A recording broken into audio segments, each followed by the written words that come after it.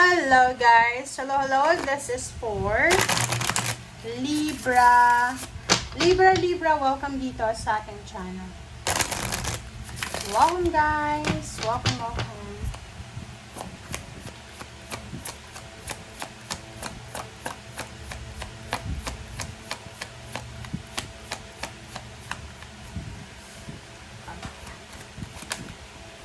Alright, Libra. Thinking man. Lalaki ka ba? Kung lalaki ka, marami kang iniisip. Kung babae ka naman, may nag-iisip sa'yo. May nag-iisip sa'yo. Ikaw yung laman ng isip nila.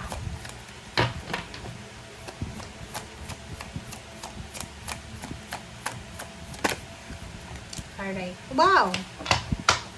Okay.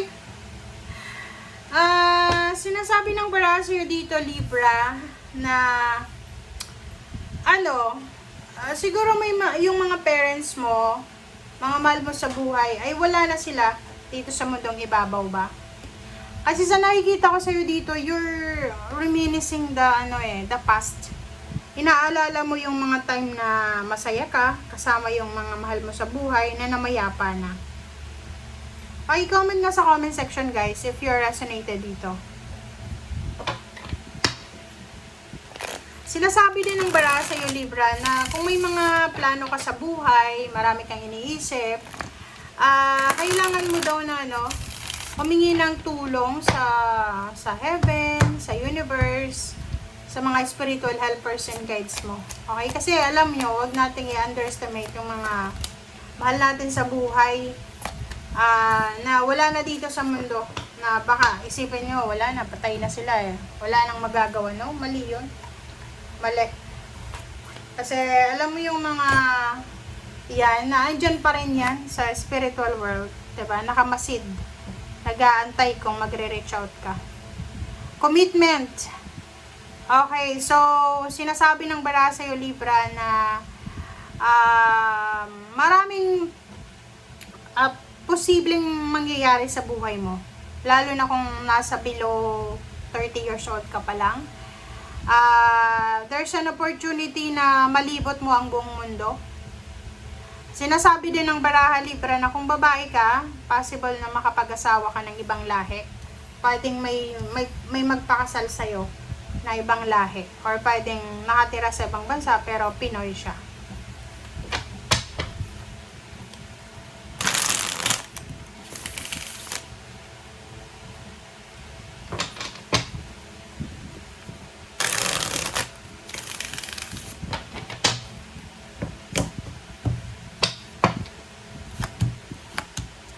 Alright, the moon and Empress. Ba't ka natatakot? May mga Libra dito na natatakot kayo sa mga bago nyong plano. Like yung iba sa inyo dito, yung inspiration nyo, inspired kayong magkapagsimula ng negosyo, mag-travel, maghanap ng trabaho sa ibang lugar. Parang mixed emotions yung nararamdaman nyo. Malungkot na masaya, takot ka, pero excited ka. Parang ganun. Okay, sorry. Okay, reverse sa strength. So, sinasabi ng baraha sa'yo dito, magpakatatag ka daw. Okay? Libra. Sabi ng baraha sa'yo dito,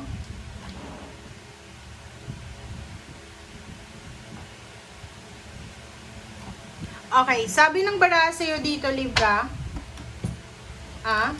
kailangan mo daw na magpakatatag. Kailangan mong magkaroon ng lakas loob. Okay? Kasi sa nakikita natin dito, like, yung iba sa inyo dyan, never pa kayong nakapunta ng ibang bansa para magtrabaho or so whatsoever man. And sinasabi ng baraha sa inyo dito na huwag kayong matatakot. Okay? Huwag kayong matatakot, magpakatatag kayo. Kung talagang gusto yung mabago yung takbo ng buhay nyo, financial, sabi ng Ace of Earth dito na bakit mo aalisin yung pangarap mo sa sarili mo dahil sa natatakot ka? Diba? Hindi lang puro paghihintay, kailangan you have also an effort na gawin kung ano yung gusto mo. Okay?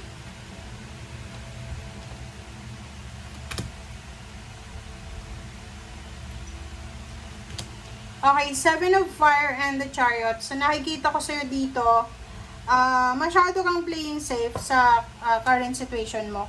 Kung ako sa'yo, Libra, kung talagang gusto mong mabago yung takbo ng buhay mo, mag-take ka ng risk. Okay? Ang importante, ginagawa mo kung ano yung nararapat na, parang ano, you did your part, you will, parang ano, tawag dito, kumbaga walang regrets pagdating ng araw.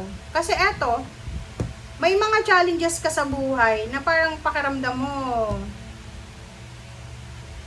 walang kwenta, parang ganun. Pero alam mo ba na yung kung anong nangyayari sa'yo sa ngayon, maaari siyang, yan yung hinuhubog ka lang ng pagkakataon, 'di ba? Para sa mas magandang future mo.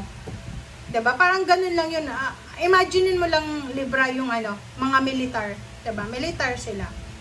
Bago sila isasabak sa giyera, kailangan nilang mag-training, kailangan nilang magpakahirap. Ganun 'yun. Ganun. So, wag tayong masyadong mag-expect ng positive agad na wala naman tayong effort na ginagawa. Okay? So, be excited, guys. Be excited. Be motivated. Saan ba't makukuha mo yung freedom na yan? Financial man yan, or sa work or sa emotion. Diba? Nakikita nyo kung anong sinasabi ko? Sabi ng bara sa'yo dito, wag tayong mag-stay sa mga bagay-bagay na outdated na. Okay? Lalo yung mga grudges and resentments nyo. Kung punong-puno kayo ng resentments, ang galit, ng hinanakit, hay nako. Oras na para i-focus mo kung ano yung peace and harmony na kailangan sa buhay mo. Ikaw ay karma, ikaw ay yung Libra. So, sinasabi ng barahan na kailangan mo daw na balansehin ang lahat. Okay? Kung may mga pagkakataon na may mag-share sa inyo ng mga thoughts nila or emotion about sa kung ano pa man, like love or sa career, makinig ka. Kasi pwedeng yan ay pinadala ng universe para bigyan ka ng point of view, ng motivation. So nakikita ko sa'yo dito, ano man ang pinagdadaanan mo, parang ano ka, nahihirapan ka. Hirap ka na intindihin kung bakit mo yan pinagdadaanan. But the universe is telling you na, yun na nga, parang militar. Lahat tayo dito sa mundo, parang militar tayo. Walang exemption yan ha. Lahat tayo dadaan sa kung ano pa man na pagsubok. And nakadepende na yun sa atin kung paano tayo makakasurvive. Kung paano natin, kumbaga maayos ang lahat-lahat sa buhay natin. Okay? Thank you guys. Bye!